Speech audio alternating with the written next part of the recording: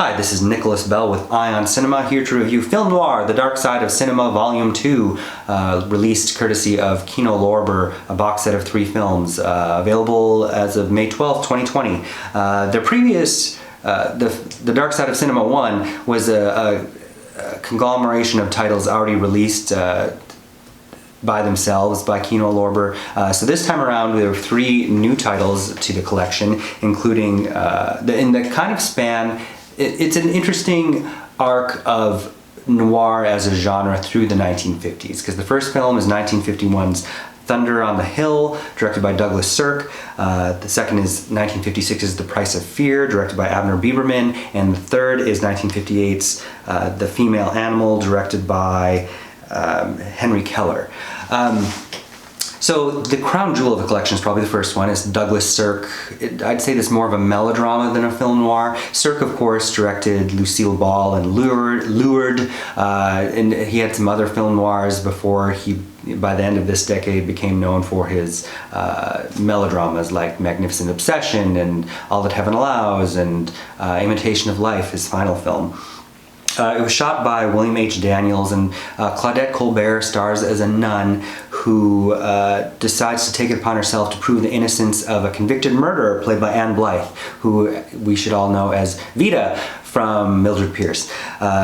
She was convicted of killing her brother, and Claudette Colbert believes that she's innocent and takes it upon herself to, one stormy night, discover the truth. So that plays a lot like it sounds. Gladys Cooper is on hand as the Mother Superior, who is of course a kind of a crusty bitch.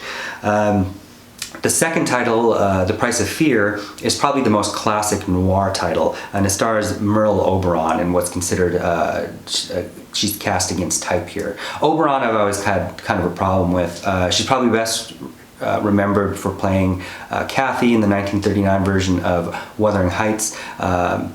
One of her husbands was a cinematographer that created certain light because she had some facial scarring due to makeup used to be have a lot of chemicals, and she had sensitive skin, so she actually had makeup scars. But she's also biracial. Her mother was Indian, a fact that she was always embarrassed about.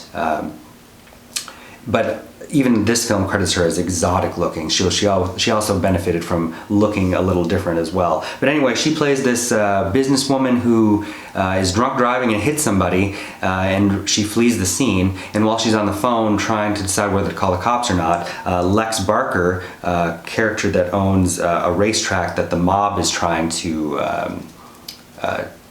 put in line, steals her car while she's calling the police. And so she uses that as an excuse and tries to blame the crime on Lex Barker.